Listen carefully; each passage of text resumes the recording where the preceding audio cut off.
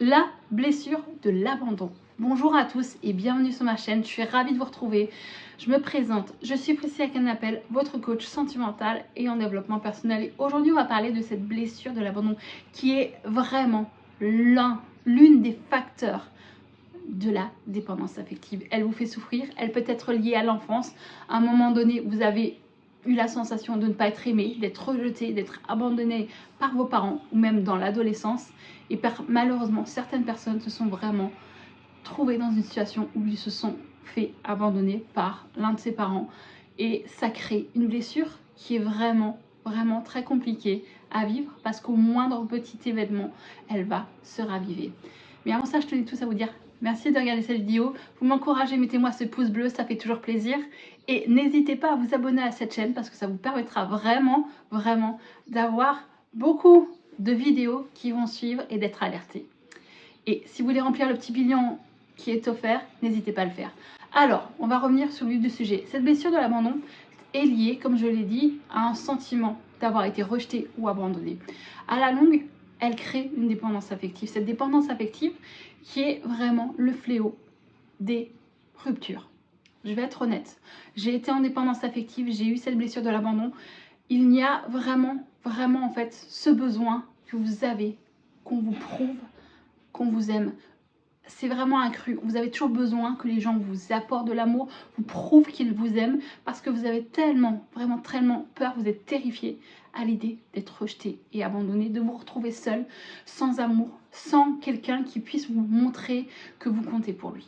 Et ce sentiment, c'est très difficile à vivre parce que quand on voit une personne qu'on aime s'éloigner, ben là, on panique véritablement au point où on a un comportement incompréhensible, où on a un comportement impulsif et on part vraiment en cacahuète.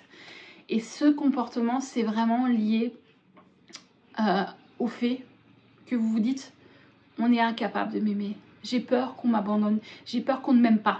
Donc vous avez toujours besoin en fait de prouver l'amour que vous avez aux autres. On va dire vraiment, c'est véritablement une obsession parce que vous avez besoin de leur prouver. J'ai besoin de leur prouver comment je les aime, comment je peux leur montrer que je les aime. Mais ça, à la longue, de ce que je suis en train de vous expliquer, ça crée en fait la blessure de l'abandon vis-à-vis des autres. Ça crée vraiment une dépendance affective. Et à la longue, c'est étouffant pour les gens parce que malheureusement, suite à cette blessure que vous avez et vos craintes, la personne ou les personnes que ce soit en amour et même dans votre vie de tous les jours, on va dire sociale, c'est-à-dire vos amis, ben, ils vont finir par s'éloigner parce qu'ils vont avoir cette sensation de toujours en fait être étouffé. Mais c'est pas de votre faute. Je sais que vous avez peur d'être rejeté, mais aujourd'hui il va falloir travailler sur cette blessure. Et c'est pour ça que pour pouvoir comprendre vraiment le problème, il va falloir chercher pourquoi vous avez eu peur de cette sensation en fait, plutôt pas de cette peur d'être abandonné. Vraiment. Du moment où vous allez comprendre pourquoi, et à ce moment-là vous allez vous dire ok, je sais que c'est compliqué à vivre, je sais que c'est difficile, mais il va falloir pardonner à cette personne. Pour pouvoir vous dire, oui, elle n'a pas été là, ou il y a eu cette situation, il va falloir faire la paix, si je puis dire, avec cette histoire passée, pour pouvoir aller de l'avant. Et surtout, apprendre à vous aimer, parce que ça commence par là. En ayant cette blessure de l'abandon, vous avez tellement besoin d'être aimé par les autres, mais vous ne vous êtes pas construit de manière à avoir un amour propre pour vous-même. Et cet amour doit être construit petit à petit. Donc ça commence par la confiance en soi, l'estime que vous avez pour vous, en comprenant les valeurs que vous avez, en essayant de comprendre que l'amour ne vient pas de l'extérieur. Ça doit déjà commencer par vous. Et c'est pour ça qu'aujourd'hui, vous allez vraiment faire des exercices importants. Aujourd'hui, vous allez vous dire tous les jours, je m'aime. Je suis forte ou je suis fort. J'ai confiance en moi. Pourquoi je vous demande de répéter ce genre de paroles? Tout simplement parce que plus vous allez affirmer, mais avec une voix énergique, pas de manière j'ai confiance en moi, c'est trop, on va dire je suis belle, et vous n'y croyez pas.